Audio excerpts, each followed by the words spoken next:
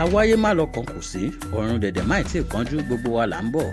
Bí ọdún 2024 ṣe ń kásẹ̀ nílẹ̀ tí à ń ṣe ìpalẹ̀mọ́ láti wọnú ọdún tuntun ti 2025, orin ọpẹ́ ló yẹ kí ọ̀pọ̀ tó wà láyé lásìkò yìí mú sẹ́nu nítorí oore ọ̀fẹ́ ńlá tí wọ́n rí gbà.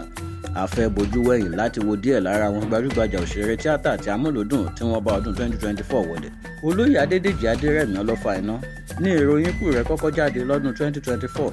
Ọ̀kan pàtàkì lára àwọn àgbà òṣèré tí wọ́n sọ iṣẹ́ tíátà di ìrọ̀rùn ni olóògbé olóyè Adédèjì Adérẹ̀mí tí ọ̀pọ̀ àwọn olólùfẹ́ rẹ̀ káàkiri àgbáyé mọ̀ sí Ọlọ́fà iná.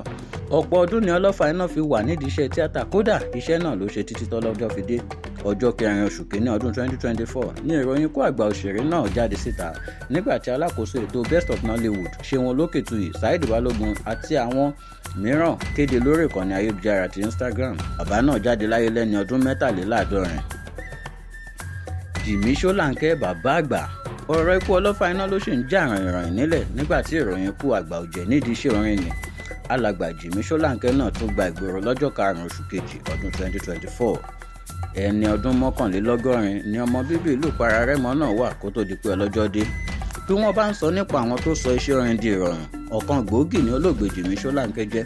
Yàtọ̀ sí pé olóògbé náà jẹ́ àgbà òǹkọrin, bẹ́ẹ̀ ló tún jẹ́ àgbà òjẹ̀ nídìí iṣẹ́ tíátà. Bó ṣe ń kéwì ló ń sọ̀tàn, bẹ́ẹ̀ ló tún jẹ́ alákòóso eré.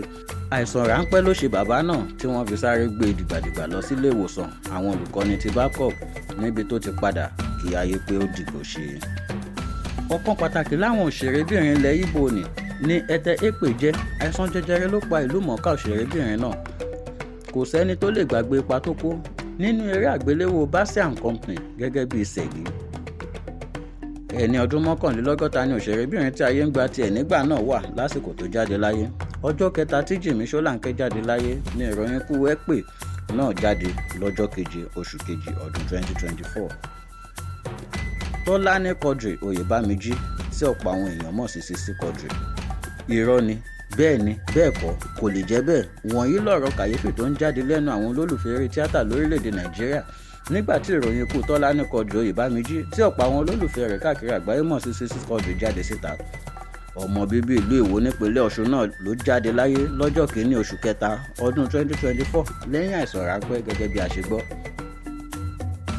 Àsìkò tí ògo Sisi Quadri òṣèré apanilẹ́rìn náà tún ń búyọ yàtọ̀ nídìí eré oníṣẹ́jú péréte lórí ayélujára tí a mọ̀ sí skit making ní ikú wọlé mú un lọ lẹ́ni ọdún 44 tó sì bà ọ̀pọ̀ èèyàn lọ́kàn jẹ́ gidi.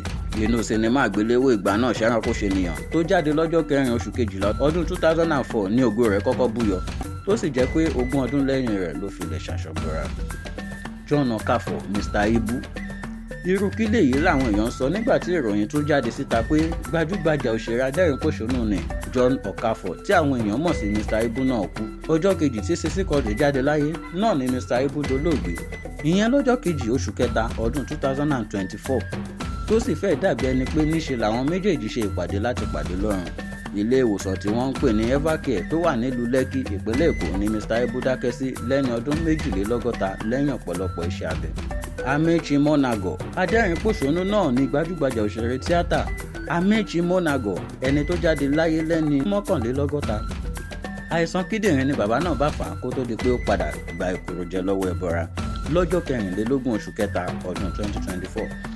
Ọ̀pọ̀ ipa tó jọjú tó tún jẹ́ mánigbàgbé ló kó lágboolé tíátà nígbà ayé rẹ̀ kó tó di pé ọlọ́jọ́ dé. Adéròmú Adéjùmọ̀kẹ́ èèyàn mọ̀ sí Esther nínú Jennifer. Kò sóhun méjì tó ń jẹ́ kí ikú Adéjùmọ̀kẹ́ máa ya ọ̀pọ̀ àwọn èèyàn lẹ́nu bí kò ṣe bí wọ́n ṣe sọ pé kò ṣàìsàn tó fi kú. Wọ́n ní ojú ọ̀run ni Adéjùmọ̀kẹ́ gbà sọdá sọ́run alákejì lọ́jọ́ tó dágbére fáyé lẹ́ni 40 ọdún. Agbọ́pọ̀ ọmọ bíbí ìlú Abẹ́òkúta ìpínlẹ̀ Ògùn náà ń gbáradì láti lọ sílùú òyìnbó ní kí ikú tó wọlé tó sì mú lọ lọ́jọ́ 6 oṣù kẹrin ọdún 2024. Junior Pope Odowondo níṣe ni ariwo ìbànújẹ́ tún sọ lágboolé tíátà lórílẹ̀‐èdè Nàìjíríà pàápàá ní ẹ̀ka ti olóyìnbó ni nígbà tí ìròyìn náà tún jáde pé gbajúgbajà òṣèré ni Junior Pope Odowondo ti kú. Inú ìjàmbá ọkọ̀ ojú omi ni ìròyìn fi tó wa létí pé Junior Pope gbàdọ̀rọ̀ alákejì lọ́jọ́ 10 oṣù kẹrin lẹ́ni ọdún 39. Fíìmù àgbéléwò The Other Side of Life ni wọ́n ń yà lọ́wọ́ lásìkò náà tó fi pàdé ikú òjijì. Ó ń yéka ó ń wénu. Ìyàlẹ́nu ńlá pátápátá ni ikú àgbà òǹkọrin ni. Ó ń yéka ó ń wénu jẹ́ fún àwọn olólùfẹ́ rẹ̀ káàkiri àgbáyé. Ó ń yéka ó ń wénu tó kú lẹ́ni ọdún 72. Kò ṣàìsàn rárá, òde àríyá tó ti lọ kọrin ni ìròyìn fi tó wa létí pé ó ṣubú sí gbàgbẹ́ kú. 30 oṣù kẹfà ọdún 2024 ni màmá náà jáde láyé. Súlè Súèbèbè, àsìkò tí gbogbo ọmọ Nàìjíríà ń ṣàjọyọ̀ ayẹyẹ ìṣèjọba àwarawa káàkiri àgbáyé lọ́jọ́ 12 oṣù kẹfà ni ìròyìn ikú ògbóǹtarìgì òṣèré tíátà náà Dayọ̀ Adéwùnmí jáde sí gbòòrò ayé. Adéwùnmí tí ọ̀pọ̀ àwọn olólùfẹ́ rẹ̀ mọ̀ sí Súlè Súèbèbè ló jáde láyé lẹ́ni ọdún 72 lẹ́yìn àìsàn tó bá a fínra fún bíi ọdún méjì. Stella Ikú Egbò, ọjọ́ 4 lẹ́yìn ikú Súlè Súèbèbè ní ìròyìn ikú àgbà òṣèrébìnrin ni Stella Ikú Egbò náà tún jáde síta lọ́jọ́ 16 oṣù kẹfà. Àìsàn jẹjẹrẹ ti ẹsẹ̀ ìyẹn leg cancer ni wọ́n ló pa òṣèrébìnrin náà lálẹ́ ọjọ́ àìkú.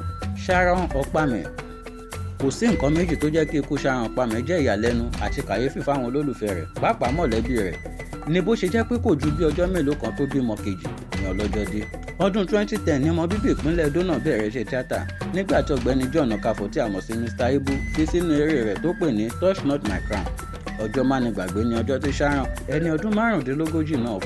Charles Olúmọ Àgbákò, bó tilẹ̀ jẹ́ pé ikú olóògbé Abdulsalam Sọ̀yàolú tí àwọn èèyàn tún ń pè ní Charles Olúmọ tàbí Àgbákò kì í ṣe òkú ọ̀fọ̀, síbẹ̀ kò sẹ́ni tó fẹ́ kí bàbá náà fi ayé sílẹ̀. Ọ̀kan lára àwọn àgbà òṣèré tó dàgbà dáadáa ni Àgbákò tó sì kó ipa tó jọjú níbi iṣẹ́ tíátà kó tó kú. Ọdún 21 ni Charles Olúmọ kó tó dágbére fáyé lọ́jọ́ 21 oṣù kẹwàá.